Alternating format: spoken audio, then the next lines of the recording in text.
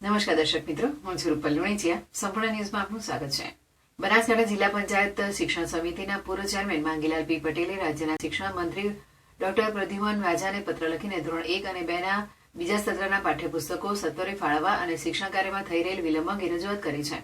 માંગીલાલ પટેલ પત્રમાં જણાવ્યું છે કે રાજ્યભરની પ્રાથમિક શાળાઓમાં બીજા સત્રનું શૈક્ષણિક કાર્ય શરૂ થયે 1 મહિનાથી વધુ સમય વીતી ગયો, તેમ છતાં બનાસકાંઠા જિલ્લાની સરકારી પ્રાથમિક શાળાઓમાં ધોરણ 1 અને 2 ના વિદ્યાર્થીઓ માટે બીજા સત્રના પાઠ્યપુસ્તકો અને પ્રજ્ઞા સાહિત્ય હજુ સુધી ઉપલબ્ધ થયા નથી. તેમણે ભારપૂર્વક જણાવ્યું કે ધોરણ 1 અને 2 એ બાળકના શિક્ષણનો પાયો છે.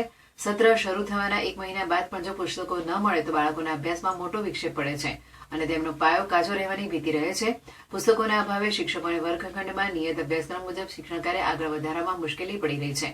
નાના બાળકોને માત્ર મૌખિક શિક્ષણથી સમજાવવું કઠિન બને છે, જેના કારણે શૈક્ષણિક ગુણવત્તા પર અસર થાય છે. આ ઉપરાંત સમયસર પુસ્તકો ન મળવાને કારણે ગ્રામ્ય વિસ્તારના જાગૃત વાલીઓમાં પણ સરકારની કામગીરી પ્રત્યે અસંતોષ જોવા મળી રહ્યો છે. આ વહીવટી ક્ષતિ સરહદી અને શૈક્ષણિક રીતે પછાત ગણાતા બનાસકાંઠા જેવા જિલ્લામાં ન ચલાવી લેવાય તેમ પટેલે ઉમેર્યું હતું. પૂર્વ ચેરમેન માંગીલાલ પટેલે શિક્ષણ મંત્રીને આ બાબતે તાત્કાલિક તપાસ કરાવી યુદ્ધના ધોરણે આગામી 2-3 દિવસમાં ધોરણ 1 અને 2 ના પુસ્તકો શાળાઓ સુધી પહોંચે તેવી વ્યવસ્થા કરવા વિનંતી કરી છે.